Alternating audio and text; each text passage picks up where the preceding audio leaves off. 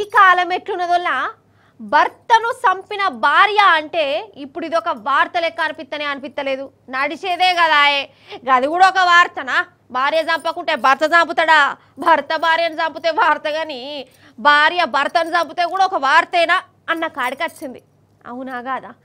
ఇక గిసోంటి ఆగుతాయి అనుకున్నా, కానీ ఇప్పట్లో ఆగేటట్టు లేవు కదా. ఆగో సాంబార్లనట పురుగుల మందు కలిపి పెనిమిటిని చంపిందట ఈ ఉత్తమ ఇల్లాలు. ఫస్ట్ దానిమ్మ జ్యూస్లో కలిపిందట, కానీ పెనిమిటి నాకు జ్యూస్ వద్దు నేను తాగను అని అంటే సాంబార్లో కలిపి ప్రేమగా తినబెట్టి పొతం పెట్టింది. ఇక ఈ అమ్మగారిది తమిళనాడు, ఆలు మగల లొల్లులట. పెనిమిటి అంటే అస్సలు నచ్చుతుందట, అందుకే సాంబార్లో మందు కలిపి చంపేసింది. ఇప్పుడు సాంబార్తోని అన్నం తిందామన్న అనుమానం కొట్టేటట్టే ఉన్నది కదా చాలా మందికి.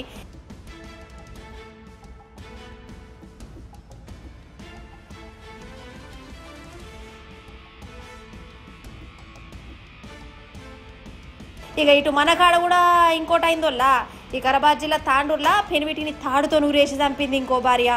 ఆమెను ఈ పెనిమిటి బాగా సతాయించుడట. వీళ్ళతోని ఫోన్లు ఎందుకు మాట్లాడుతున్నామని తాగచ్చి గోస ఉచ్చుకున్నాడట.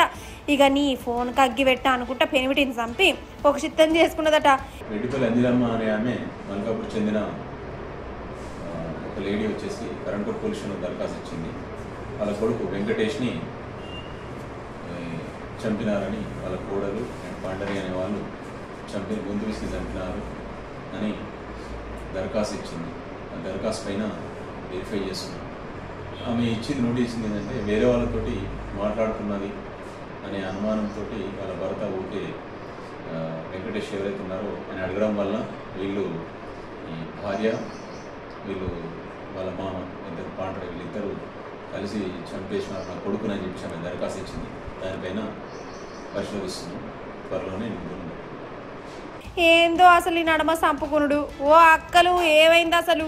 రోజు వార్తలు రావట్టే ఇట్లా చంపితే ఇంత ఇజ్జత్ పోతుందో, కుటుంబాలు ఎంత గోసపడుతున్నాయో మీరు చూస్తూనే ఉన్నారాయే. అయినా కానీ ఇట్లా తెగబడుతురేంది? పెనిమిటి నచ్చకుంటే ఇడుపు కాగితాలు తీసుకోవాలి, ఏరుపడాలి, అంతేగాని చంపేదానికి ఎందుకు పోవుడు? ఏమిటికి వచ్చిన పంచాయతీ చెప్పురి.